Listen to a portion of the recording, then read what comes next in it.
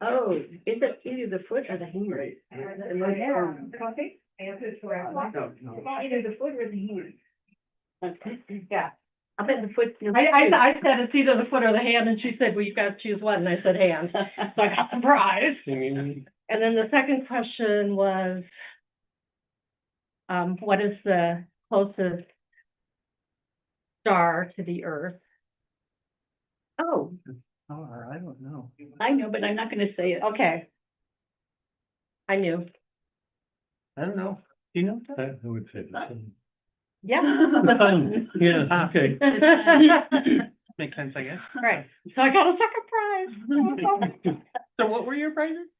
So she got me these little, the first prize was a little 3-pack of little notebooks that you can put in your purse, that are little slim notebooks, that are the style that we have said that we liked. Because she'd gone to Staples and they had them, and so they had 3 packs of them, so she bought them all.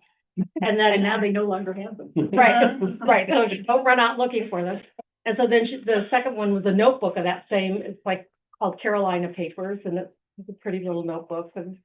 And then the third question was, she said she's going to a block party and she wants something that she can take that's that much work because she has a really bad back, and if she's just turns, or does anything, it's really hard. So my first suggestion she didn't like, didn't get a prize for that. But my second suggestion was the spinach artichoke dip that's frozen from Trader Joe's. Oh, And you get a couple of those and put them in it, like something, microwave it, stir it up and serve it with chips, and it's really good. the recipe. And she's like, okay, I like that. You get a prize. So that prize I have with me. Are we gonna get probably today? No. Not from us, I'm afraid. I think of different colors. I didn't think about it. Yeah, I got a new one. Good for you. My other one was looking a little ratty, and I'm like, We love these purses, and so between us, how many purses of these purses? I don't know. This was the only one I have. Well, I have this and the gray one now. Okay, I have this and I have at least 2 more. So this is the third prize. I love these little Kleenex packs that open like that. I have one of those in my purse right now. Yes, yes, and I've had a hard time finding them. They used to sell them at Target, and they haven't had them, and I don't know where to find them. Online, I guess. Maybe. I And just have- so you'll buy a box and then you can have a fundraiser. You'll buy Well, that would be one plan.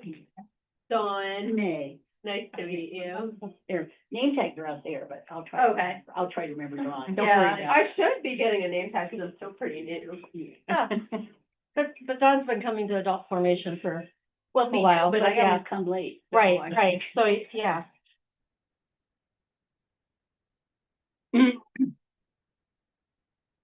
Yeah, Dawn moved from Colorado. Boy, depending on what occurs. Isn't it in Colorado, it can snow one day and be like 80 degrees the next or something? And also it depends if you go up in the mountains. Yeah.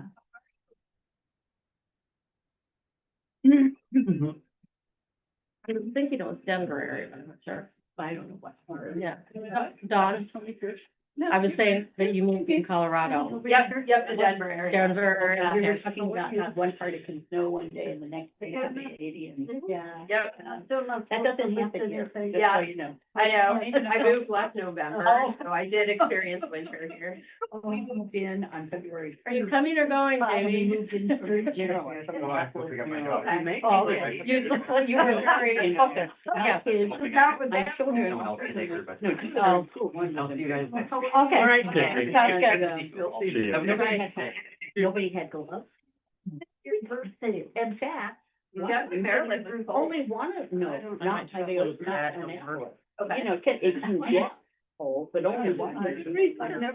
Wow. Yeah, and so my kids, and seniors,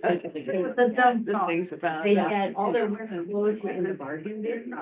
And so I'm going to their theater. Get it all. And I should have one day here where with that one day. Yeah. They had to walk to school. That was the other shop.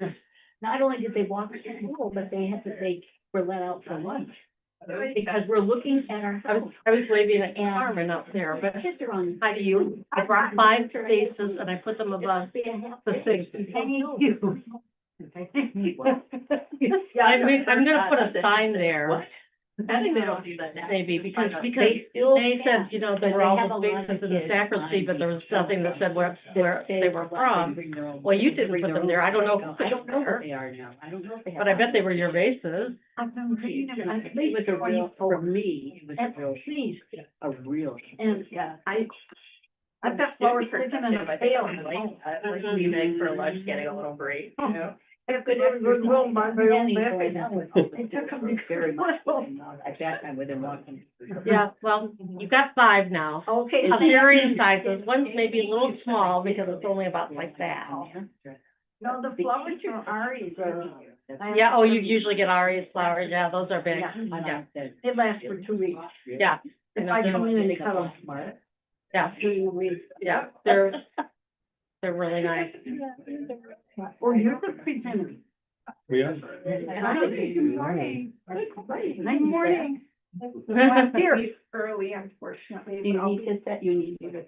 Oh, okay. Molly, could you click on that okay there where it says, do not show this again? Thank you.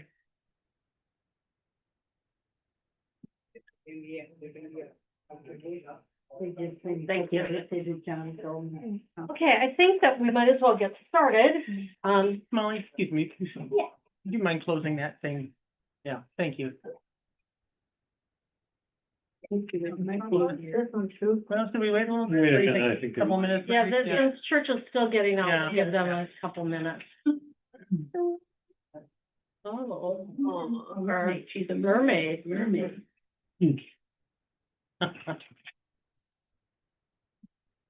I guess that mermaid was a presenter. Yes, No, a Disney princess. Well, welcome. Last week, we had Jody Mays from Exodus here talking about the refugee situation, which thoroughly depressed me. I don't know how about you, but I thought she was such a great presenter. And today, follow up with that, we have Jane and John, who are members here at St. Mark's, who have been involved with Exodus for a number of years in ways that they will tell you about. 38 years, I think. Really, has it been that long? Long Wow. time. I was on the board for 15 years, chaired the board for 6 years. We've done pretty much everything that, like all of the different programs and whatever.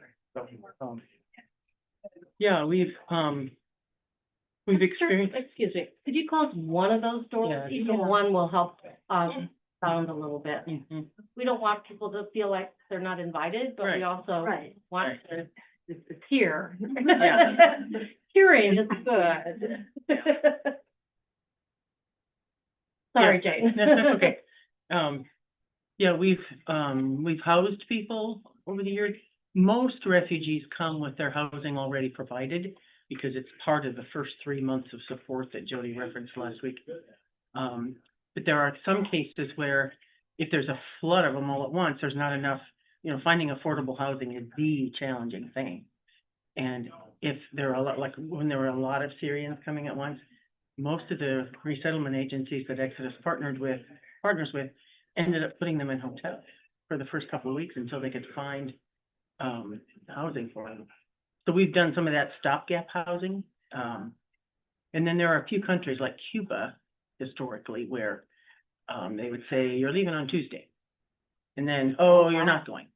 And so there'd be this herky-jerky thing where the resettlement agency had no idea when they were going to show up. So they would, they'd get, the flight's coming in at 3:30 this afternoon. So they needed somebody to house them so they could get the housing in place. So we've done some of that. Probably the most challenging thing we ever did was a Somali Bantu family. I'm gonna ask you to speak up just a Okay. little bit, if you can. The most challenging thing we ever did in terms of hosting was a Somali Bantu family. The Bantu in Somalia, other places in Africa as well, are like the lowest of the low. They're like the Nicaraguans in Central America. Like, they have no power, they have no social status. And our country victimized them unwittingly, I hope, but, in a project that the United States was part of in Somalia, that was supposedly for their betterment, ended up victimizing that particular people group, the Bantu. So the U.S. resettled, I think, about 50,000 of them, about 25 years ago.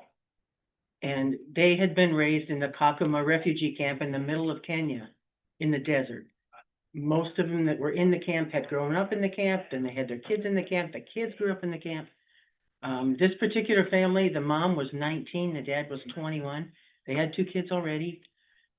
They had never been outside the camp until they came to the U.S.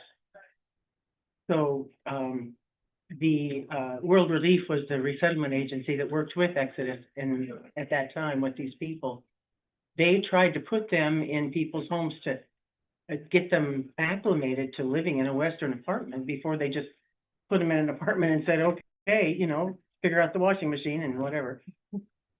So they were with us, what, 2 weeks, 2.5 weeks? 2, 3 weeks, yeah. Whew. It was just, I mean, they were lovely people, but it was just hard. The mom, I mean, she was a teenager. She, like the second or third day, she just rolled up in a ball on the rug and rocked. And the translator was coming over. I was glad for the timing. And she cried and talked to him, and he said, she's saying the only thing familiar is the sky. Oh, wow. She was afraid of everything. The washing machine scared her. You know, her husband was all excited about it. He says, how long? John said, 20 minutes. He goes, woo! It starts agitating and she just jumps back, you know. World Relief came to pick them up one morning, and they had overslept, and I went to get them, and they were laying on top of the bed in their coats. And they had been saying they were cold. It was November. They were cold. I had been giving them blankets. Blankets were all piled on top of the bed, and then they were laying on top of the blanket. And I said, is this how you've been sleeping? Yes, very cold. What could it be? So I pulled the covers back and got into the bed to show it. Oh, much better. I said to John, I just wanted to bang my head against the wall. It's like, they lived in the desert. They never had any reason for covering ever. There was never any relief from the heat. How were they supposed to know what to do with the blankets? You know? So after that, they were happy. At least temperature-wise. So anyway, other stories you remember? We can talk about those later, I guess. Okay. We can start into the definition. Yeah. Do you mind getting the other door? Thank you. So, yeah, the definition of a refugee, just to recap that from last week. This was established in 1980, the Refugee Act of 1980 is where the infrastructure for the current refugee resettlement program originated. The structure is still in place. It's shakier and shakier. With the first Trump presidency, it completely disintegrated and has got rebuilt under Joe Biden, and it's disintegrating again because there are no arrivals allowed, so you know. So we'll see where that ends up. So the definition says, a refugee is a person who has been forced to leave his or her homeland and is unable to return because she or he has experienced persecution or has a well-founded fear of persecution. Persecution can be related to race, nationality, religion, political opinion, or membership in a particular social group. So a broad tent in many ways. There are many different kinds of immigrants, migrants, who come to our country, and part of our job today is to define the differences. We've put the 5 big categories up here on the board, and I'm going to go through them just kind of one at a time. Refugee, obviously, we've just defined. refugees are outside of the border of the United States when they request an opportunity to begin a new life here. So anybody who is a refugee is classified as such before they get to the US. And what happens if they're already in the United States? Can they claim a refugee status? They cannot. I had all kinds of questions about that, but I'll wait. They Okay. fall in one of these other categories. Okay. Yeah. Okay, got it. Then I got it. Okay. Yeah, refugee by definition comes from another country where somebody is not free to go home. War and genocide are the big things that produce refugees. So unless the situation in their country changes, refugees are unable to safely return to their homeland. So that part's clear. Asylees. Asylum seekers come to this country either with a tourist or student type visa, which they overstay and then request asylum because they are not, they're afraid they can't go home without fear of being killed. Excuse me. Most often they come in that way they overstay a visa. They also can come typically by air, but with no papers of any kind. And then when they get to Customs and Immigration, when they land, they request asylum at that point. Wow. So those are the two main ways. Very, very few asylees, relatively speaking, in terms of the whole number. Very few really cross the border in an undocumented way and then request asylum. That's been more common this past few years than ever, but it's still a pretty low percentage. So, asylees are also unable to safely return to their homeland, but unlike refugees, they are already within the borders of the U.S. when they request permission to stay. Asylees usually enter with a temporary visa and then request permission to remain permanently, or with no visa and requesting asylum at the border. We have two guys living with us now who are asylum seekers. We had one man, I'll mention him later, who was with us about 18 months and got asylum during that time. Now it could be a decade, there's nothing is happening with the asylum seekers. They're just waiting. Waiting, sorry. I said, while they're waiting, if they have expressed a desire to be known as an asylum, what are their legal privileges or rights then? Are they considered to be legally in residence? Well, yes and no. They're part of a legal process. Yeah, The asylum seeking process is a legal one. right. Um, But they don't have that. They have some, like, both of our guys have been given work authorization, so they can work and make money. One of them has some significant medical issues, and he has gotten good medical care.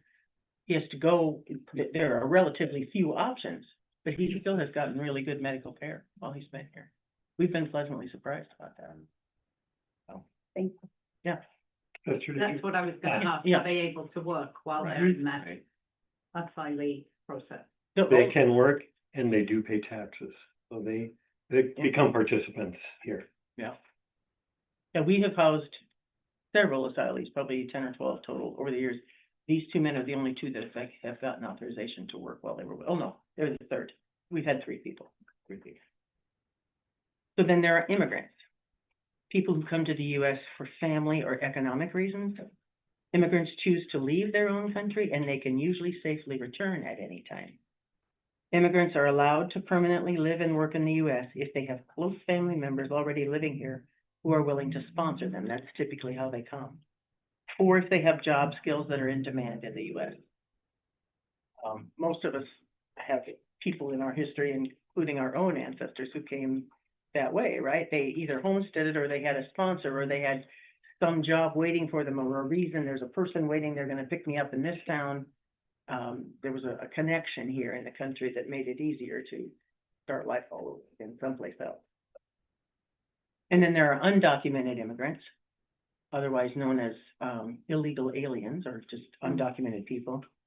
They come to the U.S. for a variety of reasons, including fear of persecution, economic necessity, or to be close to family members. The difference between undocumented immigrants and other immigrants, refugees, or asylees is that they enter illegally. They are the only ones who enter illegally without authorization to live or work here. is it hard to get sponsorship? Like, I'm wondering, if they come to be with family, is there a reason that they weren't sponsored? Well, there are other things that make a sponsorship more likely to happen or more likely to be efficacious. If the person I want to bring to come stay with me until they're on their feet, a family member, if they have an elite degree and can offer something to this country, their chances are better. If they're very wealthy, their chances are better. So everybody who applied, so you applied for immigrant status, and if you, I think my understanding is, I'm not familiar with the process okay, in terms of experience. My understanding is that the sponsor does the work on this end with local government people and maybe senators, I don't know, to get the thing rolling, and then the person can come when things are ready on this end. What if they're already here? You mean, Asking. Yeah, they're already here, but they haven't gone through the process, Oh, I and then they decide they want to then they would be apply. undocumented, wouldn't they? they would start out as undocumented. I'm not sure, frankly, May. I'm not sure how that Yeah. happens. I think the sponsor also has to show that they are prepared to, or have the financial To means support them. To support support them. them. Mhm. Yeah, So they usually have to Yeah. show that they have income and a place to live. yeah. Are there different tiers of sponsorship? Like, are you more likely to be able to sponsor someone the closer of a relative you are? Like, if you're a parent, it's easier to sponsor a child than if you're a cousin, things like that. I think so. Two asylees from Liberia were with us for a couple of years, and they had adult children in Liberia that they were hoping to bring here. I have not heard if that has happened, but it was a long process, even initiating it was, they would get confusing information from different sources. Mhm. It was very frustrating. Yeah. Yeah, so then, Question. oh, yeah. Jan, How do, I guess this is another line of question, how do undocumented people get in? Sometimes they're undocumented because their visa's is a limited visa. Think about that. They come in for a tourist visa and it's whatever, a month. typically 6 6 months. typically 6 6 months, months, yeah. And then it expires. Then they're undocumented. I mean, Or that's, student visa. well, that would be an easy way too. Mhm. A tourist visa Mhm. can be, just a few weeks or longer, but, Yeah. Okay. we probably all know people who have, like, our next door neighbors are Indian. Her parents come 6 months out of the year from India and stay with them. And after 6 months, they have to go back. Mhm. And then they Oh, can yeah. come the next year for 6 months, that kind of thing. But they could just not go back, and then they would be And undocumented. Vulnerable, then they would be Yeah. vulnerable, Yeah. yeah. undocumented. Mm-hmm. Or both. Yeah. What is the current law, About the most recent law? No. About what? About what? About immigration. Well, I think there are so many different aspects of it that, are you talking about one specific piece of it, John? Like what? Yeah, I mean, during 20 or 24, roughly, there were some very specific laws that set quotas and all kinds of other restrictions. Well, Congress sets the ceiling every year for how many refugees are able to come here. And for many, many years, it was 150,000, 170,000, around in there. And Trump took it to 0. So that, it depends on, it's supposed to be legislated by Congress. Now, did he take it to 0 by executive order, or did he? Yes, Isn't that, Yes. is there a challenge to I that? think they're still fighting about, You know, there are so many challenges right now because of all of his executive orders. They're backed up. Right. And as we've also seen with executive orders, he writes 100 of them, and who knows if they're legal or legitimate or not. But so far, he's not had to serve any consequences of those executive orders. The ceiling for refugees is set by Congress, but when he's at Congress, he can take it to whatever level he wants. So far. So then the I fifth, didn't vote for the man. We're not gonna be political. so then the fifth category is, green card holder. Those are folks who come at the invitation of our government, particularly at the invitation of a specific company, because a person has skills that we'd like to have here. Me. I came with the green card. Did you really? How did that happen? Can you say? So I was working for a company in England that was owned by an American company. So they invited me over to do a project on a 2-year work visa. Uh-huh. Mhm. And then that company, when I got here and decided I wanted to stay, that company applied for a green card for me. Oh, wow. Based on professional activity. Oh, we're so. Kind of ridiculous, because once you get it, then you can leave that company and go to Right. whatever you like. Right, Mhm, yeah. yeah. That's pretty cool. So, yeah. But now I'm a citizen. We're glad you're here. Yes, she's a citizen, yay. Yeah. As a photographer, I know that Nikon, for example, Oh, yeah. brings technicians into this country, to do repair work in cameras. And they're here usually for maybe 2 years, Mhm. and then they go back home. Mhm. Mhm. So they would fit under a work visa. Yeah. arrangement. And they're given a green card. Anybody who has a green card is here legally, not necessarily permanently, but legally. Is that how migrant farmers come in? I don't, Not usually. I don't think most of them are. Most of them fall under undocumented. I think most of them are not Immigrants. legal. It's just kind of, I mean, historically, it's been kind of a look the other way because we know they're needed workers, you know? Yeah. Who knows how that's gonna pan out. I think to be a green card holder with a work visa, you have to be it's a highly skilled area, and so migrant farm workers are not considered highly skilled, even though they're highly sought. Yeah. You know, You have to be pretty highly skilled to pick cotton all day without getting bleeding. I was thinking when you eat your lettuce in January, thank your migrant workers. Right, Yeah, that's. Yeah.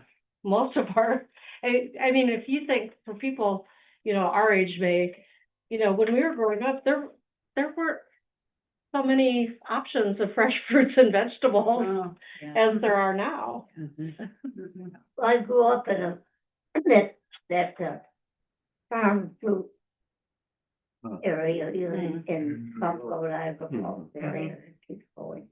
But it was, you know, the same thing every year, they, mostly Mexicans, I believe, but I don't know. And their family and their children would be enrolled in school, and Right. then at the end they'd go home, but.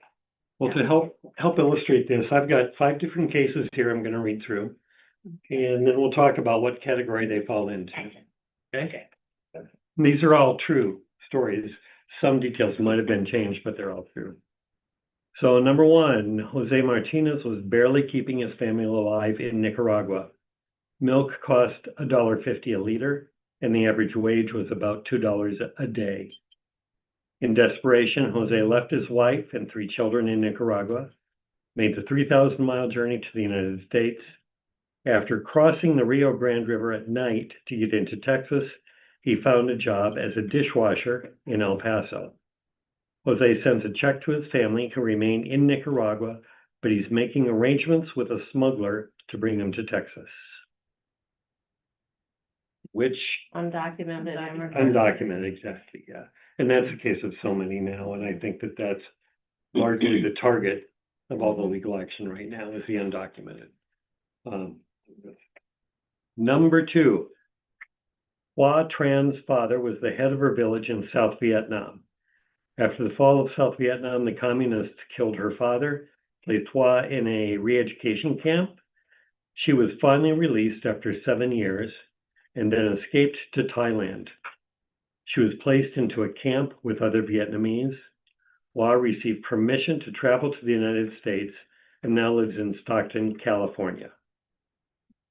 Refugee. Refugee, right, yeah, yeah. So at that time, the UNHCR, the UN High Commissioner for Refugees, they are the people who establish in the other countries who is a refugee by United States standards. So they went into the camps, like the re-education camp that she was put in. The HCR representatives would go in and interview people over and over and over, looking for inconsistencies in their stories, that sort of thing, to determine who in fact was a refugee. Did you have a question, Molly? Okay. Number 3, Klaus Muller left Germany 60 years ago and came to the United States. When he left, Germany was experiencing a severe depression and Klaus was not able to find work. His brother, living in Chicago, encouraged Klaus to join him in the U.S. Klaus's brother filed immigration papers. Klaus was able to join his brother in Chicago several months later. He's lived in Chicago ever since. Immigrant, right. And legal because he was sponsored. Because it was sponsored, yes. So Ming Shi, 38, and his wife and 2 young sons left Taiwan at the invitation of a U.S. company and the U.S. government. Ming was a talented mechanical engineer and had experience managing complex projects that the U.S. valued. He filed an immigrant employment-based petition and was, after relevant exams and interviews, given clearance to live and work in the U.S. for a certain number of years. Green card holder, yeah. So not permanent, but legal resident. Val Labunga was a student in Congo who organized gatherings on campus to study and discuss democracy. He was arrested and imprisoned because of those activities. His friends helped him escape on New Year's Eve when the guards were drunk, and he fled to the U.S. Upon arrival at O'Hare, he requested asylum. So for citizenship, that's the next step for many people. For citizenship, a lawful permanent resident or green card holder has to have been you have to have been here in that capacity for 5 years to be eligible for citizenship. There are a few exceptions. The main one is that certain individuals can apply after 3 years. And I don't know how many of you are familiar with the citizenship exam. I don't know if I would pass it. Did you find it difficult? No, because I spoke English. Right. So a lot of the people in the group I was in were not English speaking and found it really hard. Yeah. It was in the paper this last week. They had sample questions. I would not be a citizen if I had to take that exam today. Most people would. And I read yesterday that Trump is in the process of making it more difficult, adding more questions. Yeah. And Hannah, who works at Exodus. Yes, that's why. Right, I spoke to her on Friday at the reception, and she said they have added 28 questions. They have definitively added 28. He couldn't pass it. Oh, no, of course not. Some of those questions are like we all learn in our civics classes, et cetera. How many houses in Congress, or how many, but then there are that we don't talk about often to know what they are. They are difficult. We had, our nephew, Pakistani man, married our niece, and so, he stayed with us after he graduated from college before he started his job, and he became a citizen during that time. And we went to the, ceremony. It was very moving. It was very moving. It is. And it was in northwestern Indiana, which is not particularly diverse, you know. Right. But there were, how many different, you remember? I think there were 132 sworn in and it represented 40-some countries. Yeah. Yeah, it was really cool. And the judge was so cool. He was just, Yeah. he stayed, The judge had was pictures so taken great. with anybody who wanted. Yeah. Okay, so I'm going to now, by the way, the last one we talked about, Val, he was the one who he lived with us for about 2 years before he got his citizenship. And when he got his asylum status, when he got that, he shaved his head, which was a cultural thing to mark a huge milestone in his life. So that was pretty cool. Where's Okay. he from again? Congo. Yeah. This church did, just so you know, we had a number of Vietnamese, I got to teach somebody to drive who had never, not only didn't know how to drive, had never been in a car before. Yeah. That was, we, Wow. it was like a College of DuPage, Parking parking lot, one morning when there was just no cars there. I kind of got my honorary driver's instructor permit because both of the guys with us now I taught to drive, and Yes, there were a few white knuckle moments Yeah. there, but they both got their driver's license. So that would have been, what, in the eighties? it was right after we came to the church, it would have been in the eighties, Yeah. yes, and they were Vietnamese. The waves of people who want to get into the United States just follow geopolitical events. After Vietnam, the war ended, many people were in camps for 10, 15 years in Asia, and then finally got to come to the US. Eastern Europe, after the Bosnia-Herzegovina, all the conflict in the center part of Europe, Mid-nineties. a lot of people came in the mid-90s. In the early 2000s, there were a lot of people from the Middle East who wanted to be here, not in the Middle East. And that was really a challenge because we knew that there were terrorists on board the airplane who happened to be the same ethnicity of many of the people who were coming. So sorting that out, it's still happening, and I'm not sure it's being done well. But when we talk about refugees, the people who come here legally, I want to talk just a little bit about the process there. A lot of the common talking points now are not accurate, saying we don't know who these people are, we don't know what their backgrounds are, et cetera. Refugees, if you were here last week with Jody, are the most vetted people who come into our country, period. So I'm just going to read the potential 11 different steps of verification that they go through before they are then cleared to possibly come. An individual registers as a refugee with the UN High Commissioner for Refugees. So that's a global organization. You raise your hand and say, I want to be a refugee, and they start the process then. A few years ago, when Exodus was not receiving any refugees here in the States, they kind of changed their philosophy and said, okay, if they're not coming here and we're helping, can we go there? So there were a couple of teams. I went to Lebanon, and on the Lebanon-Syria border, there were thousands of people who crossed the border. There was no border control there. They came inside the border of Lebanon and they set up tent cities. And we were in those tent cities. Because the Syrian war was not considered an official act of war, but rather it was just an aggression, the UN did not recognize those people as refugees because there was no official war there. And during our time there, I can't tell you how many times, people approached us and said, can you help me? Can you fill those paperwork out? Do you have connections? It was tough. So that's the very first step. Secondly, a refugee who meets one of the criteria for resettlement is referred to the United States. They can be referred to other countries who host refugees as well. Then the Resettlement Support Center interviews the refugee, and this is contracted by the Department of State. They do a complete personal and background information check, and the U.S. Citizenship and Immigration Services does an in-person interview. Third step.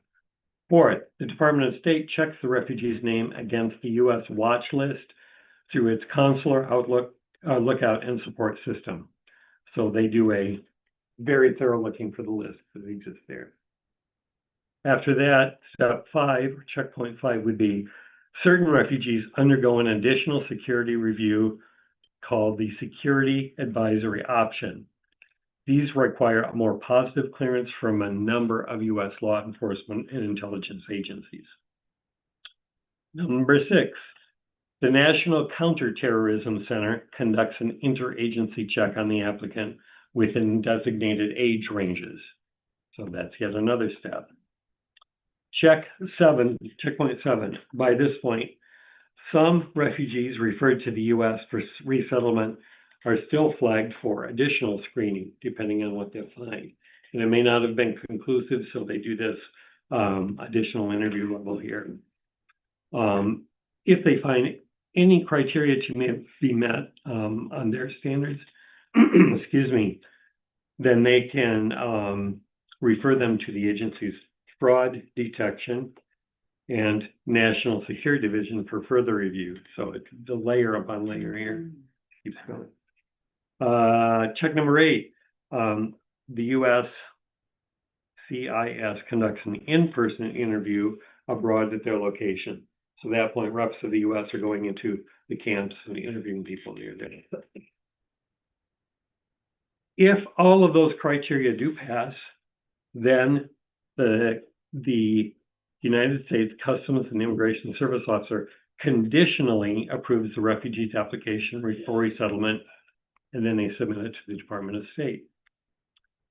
And then the next step is that they coordinate biometric checks. They do an FBI screening, the Department of Homeland Security screening, and the Department of Defense screening. If those 10 steps are successful, which is a big if, then the International Organization for Migration, or a physician, a doctor that's been designated by the U.S. Embassy, conduct additional medical screening. Then, if you've checked all the boxes and everybody is confident, they say, okay, we can move forward. And then we look at their quota as, is this going to fit within the current quota in the United States? What would claim you would deny you refugee status from a medical examination? I would say a venereal disease would do it. Probably more so like infection. That and infectious Any disease. communicable disease. for sure. Communicable. Oh, Yeah. that makes sense. Yeah. Yeah, You think that would almost be first. you think. Yeah. And then just one more thing here, Elena. Jay, there are, in addition to the categories we talked about, occasionally there are exceptions to that. There's one called the SIV, which is Special Immigrant visa. Immigrant Visa. And that's what's been in place to part of the Afghan citizens who helped the U.S. during the conflict there. So in return for their assistance, it's not really a fast track, but it is a separate track for those people because they were aiding the U.S. There is some, one of those gallows humor, I guess, kind of thing that just gets you through. That some of the people that work in resettlement agencies and have received the Afghans, most of the Afghans who were able to help the U.S. were highly educated people who had significant incomes. And they come here and get put in low-end crappy apartment, you know, it's hardly a great deal, yeah. But they're still the lucky ones. I was to say, but they're here, and depending Yeah. on your point of view. Yeah, I get it, Yeah. yeah. So just a real quick show of hands, did anybody understand or know that there were 11 steps that you needed to be cleared through before you become a refugee? I knew there were a lot. I didn't know about 11. I think what I am so engaged in is people should know this, Yeah. because so many people, without knowing there's any background check, or depending on what messaging they're hearing from the government or from anybody else, we don't know who these people are, we don't know what they've done, we don't know anything. Yeah, How do go ahead. you decide which country is going to start the vetting process and ultimately accept them or decline them and then move to another country? So, I don't know. It can be random, and it can be, at the time we first got involved with refugees, we learned that on a Monday, the High Commissioner for Refugees, United Nations, HCR, they would sit around a table like this and decide where people go. If there was family in a certain area in the United States, they may attempt to get them to that same city. A lot of times, people will get here to a city they don't prefer, but then their family will help them get to another place. Yeah. I was so struck last week by Jody's slide that showed the refugee journey and all those desks, Mm-hmm. you know, and just like the persistence that it has to take to go through that. And so while I'm saying that, I also am looking forward to October 22nd, which is a Wednesday night, where we're going to do a refugee Simulation. journey simulation. And I hope you all plan to come to that, because I think it'll be great. And I have one other follow-up question, which is, how did you two decide to open your homes to refugees? Because that's a big step. I mean, Sure. Just before we leave the simulation thing, if you're able to come, you'll be glad you did. The simulation is well done. And it's that journey with the desk, you know, border officer, you know, whoever. It gives you it's done well enough that it gives you the feeling level sense of how frustrating it would be and how you have to get rid of things along the way and all the things that can change where you're going even, you know, that, it's a really helpful. persistence is impressive to me, you know. Yeah, You know, and I have a view, thinking that Donald Trump thinks that asylum seekers come from an insane asylum. Mhm. I mean, I don't People coming in. Well- We don't want to go too far politically here, Yeah. but yeah, it's an uninformed statement at the very least. Yeah. Do that. I think with this process, there's so many misconceptions Mhm. for all of the Yeah, categories. right. Mhm. Well, my grandparents, my grandmother, I think she may have been 2 when her Italian family came in. Mm. And I think I said this last week, they were the most horrible people, my Italian relatives.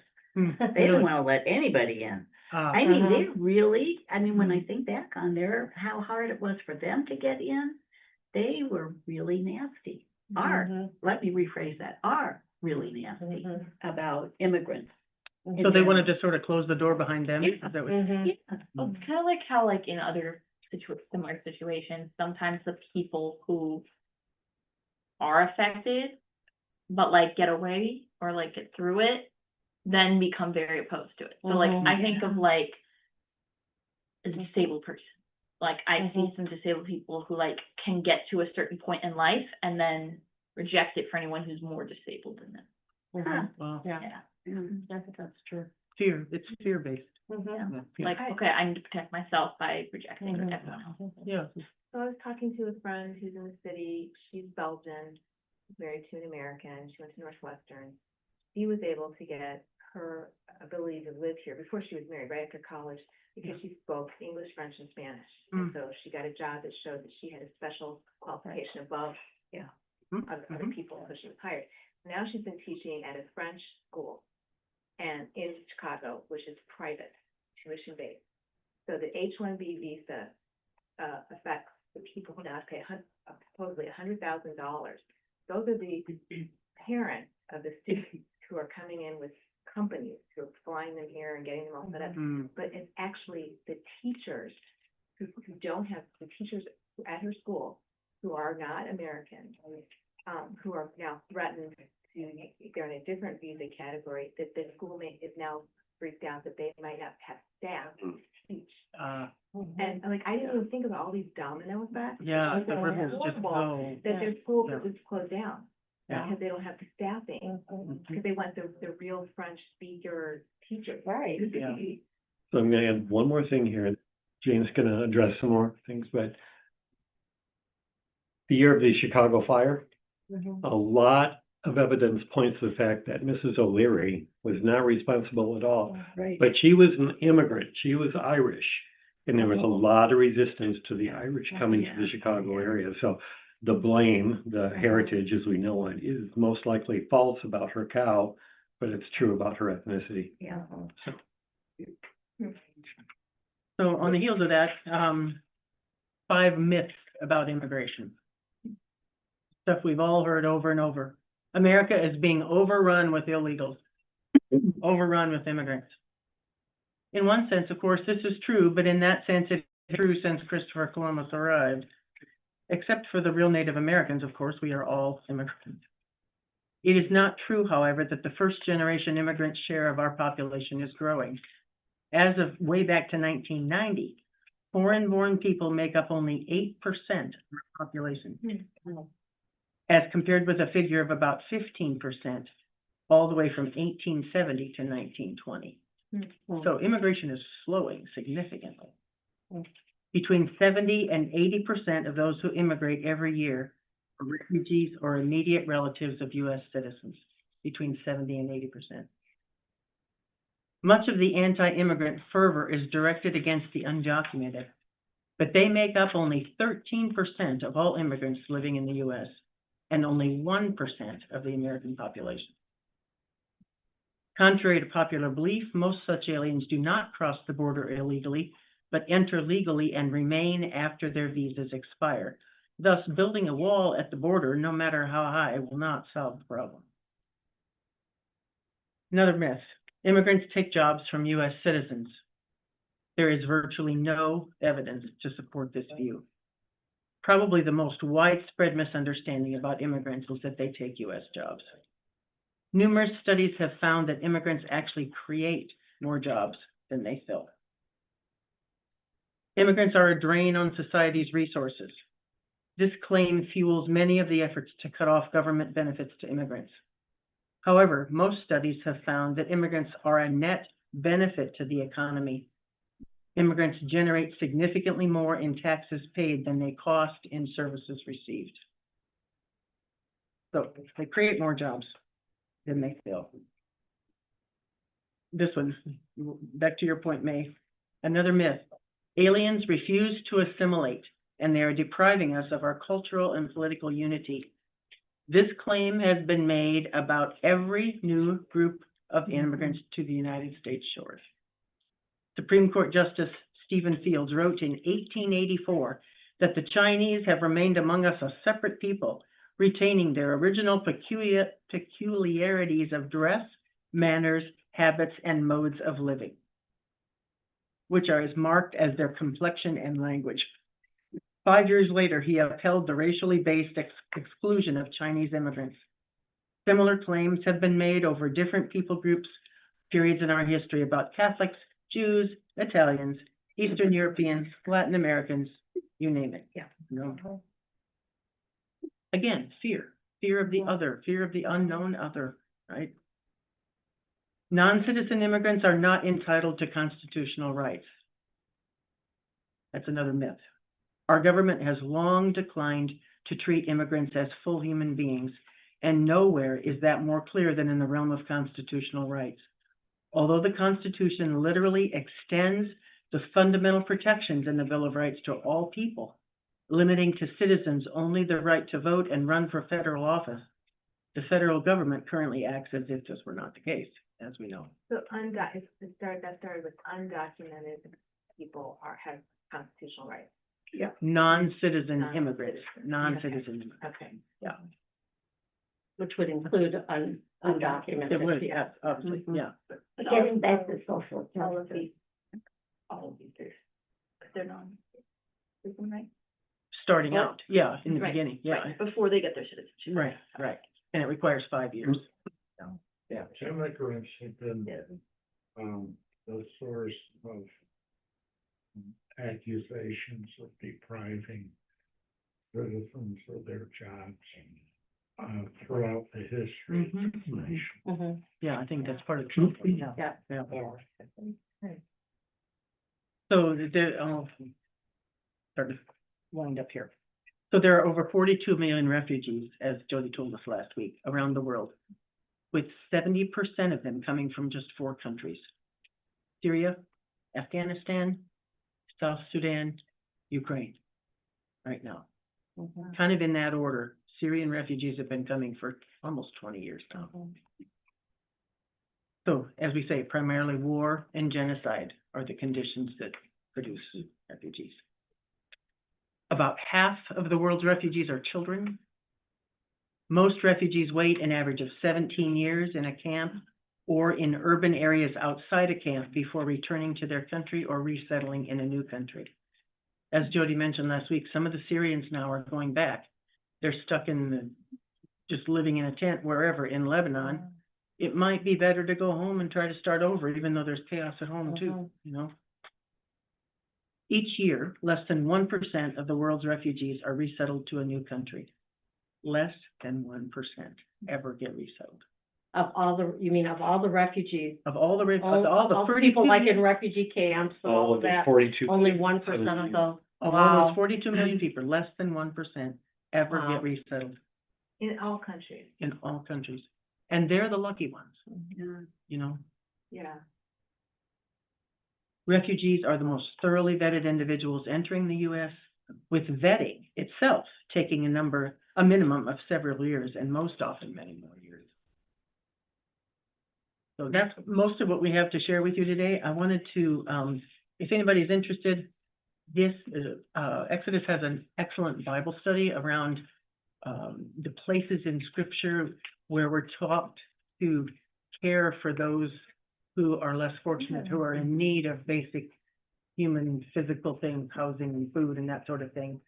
This is a little pamphlet that talks about the Welcome Pack, which is one of Exodus's programs to help welcome somebody who's brand new. Obviously, this is not happening right now, but we're going to assume that there will come a time when we'll get, picked up again. So feel free to take one of those. I wanted to mention a book that I think is it's beautifully written. It's called After the Last Border. Is anybody familiar with that book? After the Last Border, Two Families and the Story of Refuge in America. It chronicles two families and where they began, where they were from, what their family life was like before war entered their country and they had to become refugees. And then it follows their journey to the U.S. It's beautifully written.